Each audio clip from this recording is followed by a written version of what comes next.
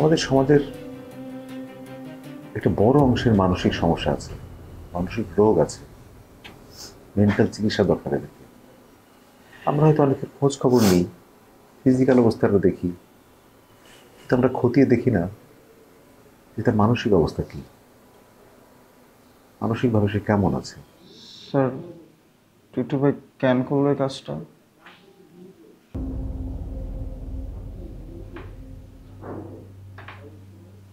কেন করলো জানতে চাস? জি স্যার, কেন করলো? একটা মানুষ নিজের জীবনটা নিজে এভাবে কেন শেষ করে দেবে?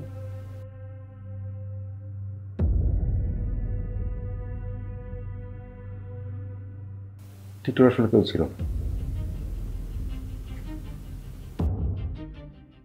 বাবা মা মারা যায় রোড অ্যাক্সিডেন্টে 2 বছর আগে। ও ভাবতোর বাবা মা মারা যায়নি। আমার পরিবারের সবাই মারা গেছে 2 বছর আগে। টিটু নিজের মতন কল্পনা একটা জগৎ করে নিয়েছিল। ও আমাদের সামনে যে ফোনে কথা বলতো, বাবা আমার সাথে কথা বলছে, আত্মীয়র সাথে কথা বলছে, এগুলো ছিল ওর কল্পনা, কল্পনার জগৎ। 2 দিন আগে ও রিয়েলিটি টের পায়, তারপরে এই কাজ করে। আমি 2 দিন আগে খোঁজখবর নিয়ে জানতে পারি পরিবার কেউ বেঁচে নেই।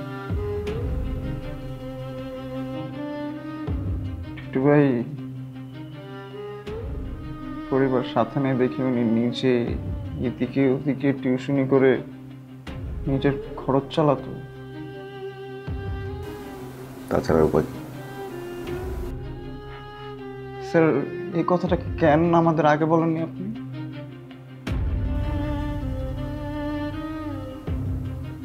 শিক্ষক হিসেবে সবার খোঁজ খবর রাখার দায়িত্ব আমার। আমি টিটু বলেনি, আর আমি কখনো জানতেও পারিনি, যার কারণে আমি আইসোলেটেড ছিলাম। টিটু ভাইয়ের লাশটা যে এখনো দাফন করা হয় নাই, দাফন করা হবে না ওনার লাশ? হয়ে যাবে, আমারই করুক। আমাকে তখনও রাখলো, কর্তৃপক্ষ খরচ দেবে। স্যার, আমি না টিটু ভাইয়ের জিনিসটা না কোনো দিক দিয়ে মেনে নিতে পারতেছি না। শোন, একটা কথা বলি, ছোট মানুষ তো, যত বড় হবি দেখবি এ ধরনের দুঃখ কষ্ট দিবে না, অনেক আসবে, মনে হবে মেনে নিতে পারবে না। তো মেনে নেওয়া ছাড়া কোনো উপায় নেই, মেনে নিতে হবে, শক্ত হতে হবে, মেনে নেওয়া শিখতে হবে। আমাদের সমাজের একটা বড় অংশের মানসিক সমস্যা আছে, মানসিক রোগ আছে, মেন্টাল চিকিৎসা দরকার এদেরকে। আমরা হয়তো অনেকের খোঁজ খবর নিই, ফিজিক্যাল অবস্থাটা দেখি, কিন্তু আমরা খতিয়ে দেখি না যে তার মানসিক অবস্থা কী, মানসিকভাবে সে কেমন আছে। এমন অনেক মানুষ আছে মানসিক অবস্থা খুব খারাপ, তাদের রেগুলার কাউন্সিলিং দরকার, তো মাসের পর মাস, বছরের পর বছর কাউন্সিলিং না নিয়ে তারা বেঁচে আছে। এটা সমাজের জন্য ক্ষতিকারক। এখান থেকে আত্মহত্যা প্রবণতা বেড়ে যায়। আমরা সিদ্ধান্ত নিয়েছি আমাদের কলেজের জন্য একজন মেন্টাল ডাক্তার আনবো। তোদের যা বয়স, যে আবেগ, তোরা যে স্ট্রেস নিস, তোদের মানসিক রোগের রেগুলার চিকিৎসা হয় না। যাই হোক, জীবনটা এরকম। কিন্তু একটা খারাপ লাগার বিষয় কি জানিস? কি স্যার?